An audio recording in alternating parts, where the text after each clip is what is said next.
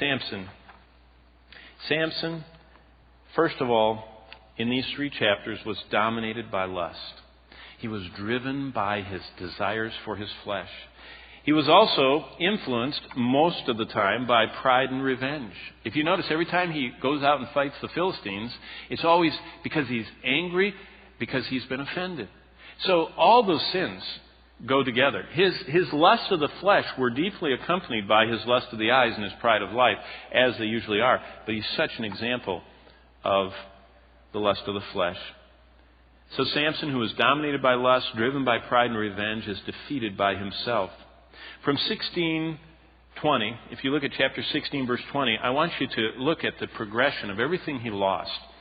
And I want you to think about that, because God details all of these things that he lost to remind us, I believe in his word, that the lust of the flesh will always cost us dearly if we don't fear and flee those lusts that are so enslaving and so binding and so blinding of us. First of all, he loses his hair.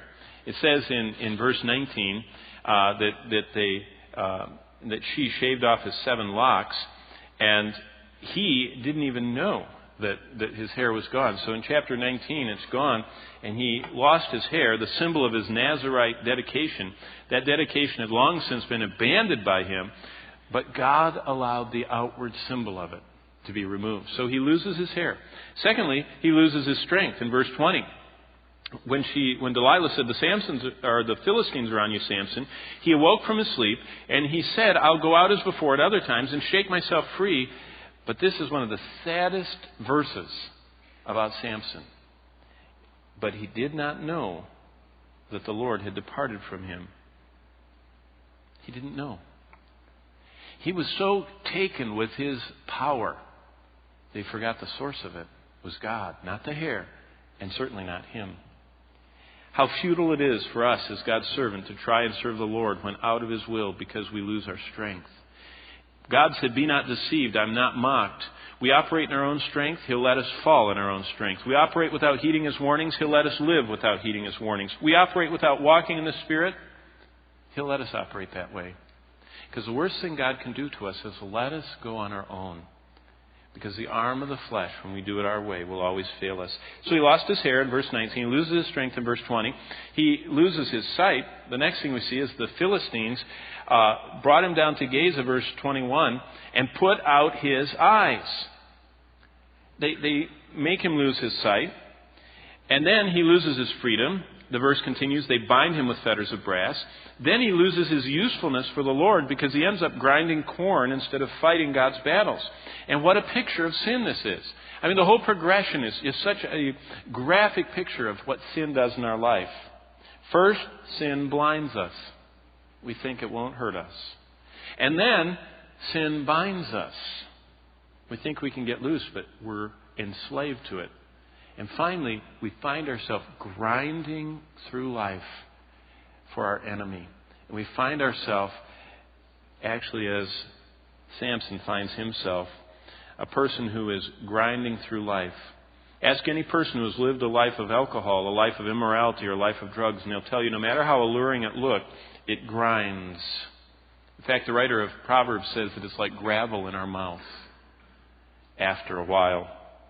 And all this began when Samson despised his blessing from God, when he defied his parents and what they asked him to do. Then Samson loses his testimony. Look what it says. They start praising, verse 23, their gods, and they said, our God has delivered him into our hands. And the people, in verse 24, praise their God, and all that is going on. And finally, in verse 25, Samson is brought to the place stationed between those pillars, and the last thing he loses before the end of the thing is he loses his life. Not before he prays that repentant prayer, but he loses his life. Well, for communion, I want to end here, and this is where we'll start next time. Turn to 1 Corinthians 9, and I want to share one thing with you that will maybe drive home the testimony of Samson to your heart like it did to me. 1 Corinthians 9. And what Paul says, as he says in verse 27, these famous words. I just want to read you what they mean, and then we'll celebrate communion. In 1 Corinthians 9 are some of the warning verses the severest of the New Testament. You might want to mark them. The Scriptures tell us we should ponder the example of the Old Testament. But what about it? Paul said this, I discipline, verse 27 of 1 Corinthians 9, my body, and I bring it in subjection, lest when I preach to others, I myself should become disqualified. One Greek word, become disqualified, is the word adokimos. This is a word that's used for coinage in the ancient world. They used to mint coins of gold and silver, and they would use those for their transactions. But some clever person found that if you took a file and you just filed off a little bit of each coin, that if you filed enough of them, you would have gathered enough gold or silver to have another coin, but yet you still have all your coins. And so they developed a word for a coin that someone cheated and cut the corners on.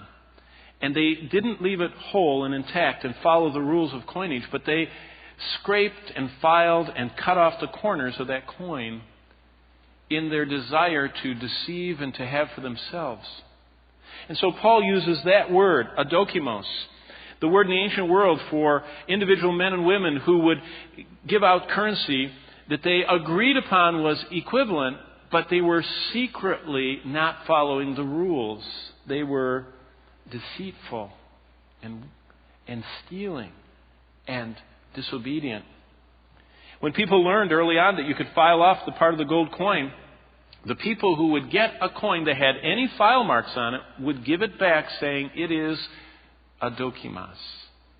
This one is the corners cut. It's not anything I want. And that coin would no longer be used for its original purpose. So Paul said, after I've lived my life, poured my life in the mold of God's will, if I cut the corners and say I'm serving God so I can also serve my lust a little bit here and a little bit there, I can have a little secret sin, you know how hard it is to go through life as God's servant. I got to have my pleasure. Paul says, no. Now, I'm not going to live that way. I don't want to cheat in the holiness department. So in the judgment, God says, no, He cut the corners and your life is disqualified. You didn't live it the way I asked you to live it. You were constantly giving in and cutting the corners. And Paul says in verse 27, I don't want to be disqualified. That's what Paul was afraid of in chapter 3 when he says, I don't want to suffer loss. I don't want to be disqualified. I don't want to have everything I do burn up because I gave in and gave in to these lusts of the flesh. This evening, the Scriptures tell us that our purpose for gathering is, now turn to chapter 11 of 1 Corinthians. You're in 9, turn to 11. This is the communion service. We begin now. It says that we, in verse 27, when we eat this bread and drink this cup in an unworthy manner, we're guilty of the body and blood of the Lord. How do you keep from being guilty? Verse 28, but let a man examine himself. Tonight, in a moment, those men are going to start passing the bread and cup. Before you partake, say, God, is there any part of my life I'm shaving off? Is there any part that I say, well, it's too hard to be it's too hard to not be friendly with the world. It's too hard for me to resist. And it's hard for me to say no. And it's in every part that we do that, we're working toward being disqualified and being adokimos. And Paul, the most disciplined man in the first century, said, I, every day, buffet my body because I don't want at the end of the line have file marks where I was cutting the corners spiritually.